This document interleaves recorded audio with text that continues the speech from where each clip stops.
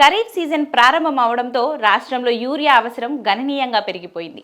దీంతో రాష్ట్రానికి సరిపడేంత యూరియాను కేటాయించాలని కేంద్రానికి రాష్ట్ర వ్యవసాయ శాఖ మంత్రి తుమ్మల నాగేశ్వరరావు లేఖ రాశారు.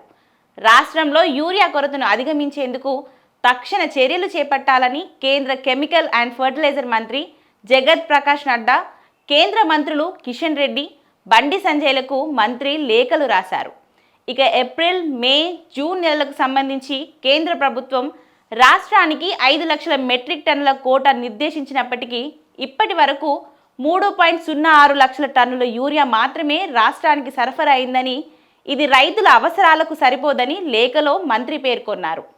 ఇక అరాకొర సరఫరా కారణంగా రాష్ట్రంలో దాదాపు 1.94 లక్షల మెట్రిక్ టన్నుల యూరియా కొరత ఏర్పడిందని, తాజాగా జూలై నెలకు నిర్దేశించిన సప్లై ప్లాన్ ప్రకారం రాష్ట్రానికి 1.60 లక్షల మెట్రిక్ టన్నులు రావాల్సి ఉండగా అందులో 60% ఇంపోర్టెడ్ యూరియాను కేటాయించడం ఆందోళన కలిగిస్తుందని ఈ లేఖలో పేర్కొన్నారు.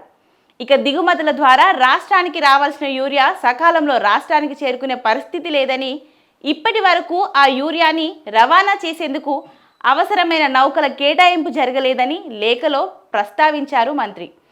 దీంతో ఖరీఫ్ పంటలకు అనువైన సమయంలో యూరియా కొరత రైతులకు ఆందోళనకు గురి చేస్తుందని మంత్రి తుమ్మల కేంద్రం దృష్టికి తీసుకెళ్లారు. రాష్ట్ర అవసరాలకు సరిపడ యూరియా సరఫరాపై వెంటనే కేంద్రం తక్షణమే చర్యలు చేపట్టాలని విజ్ఞప్తి చేశారు. ఇక జూలై నెలకు కేటాయించిన 0.97 లక్షల మెట్రిక్ టన్నుల ఇంపోర్టెడ్ యూరియాకు నౌకలను కేటాయించాలని, ఆర్ఎఫ్సిఎల్ నుంచి తెలంగాణకు స్వదేశీ యూరియా సరఫరాను 30,800 టన్నుల నుండి 60,000 టన్నులకు పెంచాలని లేఖలో కేంద్రాన్ని కోరారు.